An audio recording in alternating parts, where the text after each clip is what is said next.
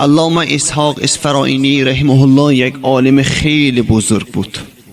روزانه به هزاران شاگرد درس و تدریس قرآن میکرد و شبها به خانهش میرفت و عادت داشت که قبل از این که بخوابد پای مادرش را مساج میکرد.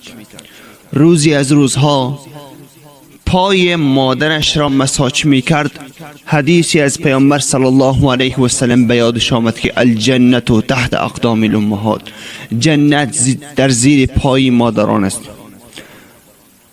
اسحاق اصفرائینی رحمه الله به یاد آورد که جنت در زیر پای مادران است و گفت که بیا امروز بر ظاهر این حدیث عمل میکنم، طوری این که رویش را و ریش های مبارکش را بر پای مادرش لیسید و چرک و ناپاکی هایی که در پای مادرش بود او را پاک و صفا کرد توسط ریشش.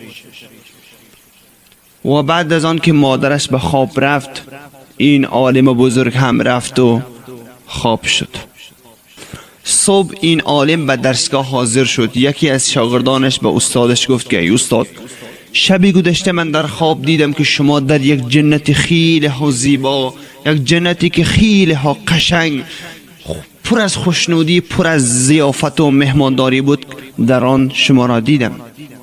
اما جای تعجب این بود که در ریش های مبارک شما لعل ها و یاقوت ها و مروارید های گران قیمت آویزان شده بود.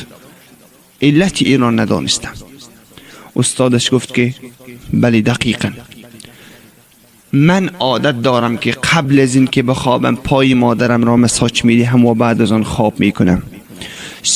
هر شب همین منوال عادت دارم، لکن شبی گذشته حدیثی به یادم آمد که الجنت تحت اقدام الامهات و ظاهر این حدیث عمل کردم و ریشم را به پای مادرم زدم و پای مادرم را صاف کردم.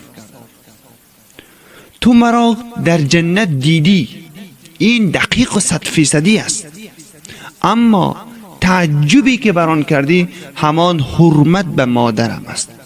عزتی که به مادرم کردم همان عزت را الله متعال بر من داد.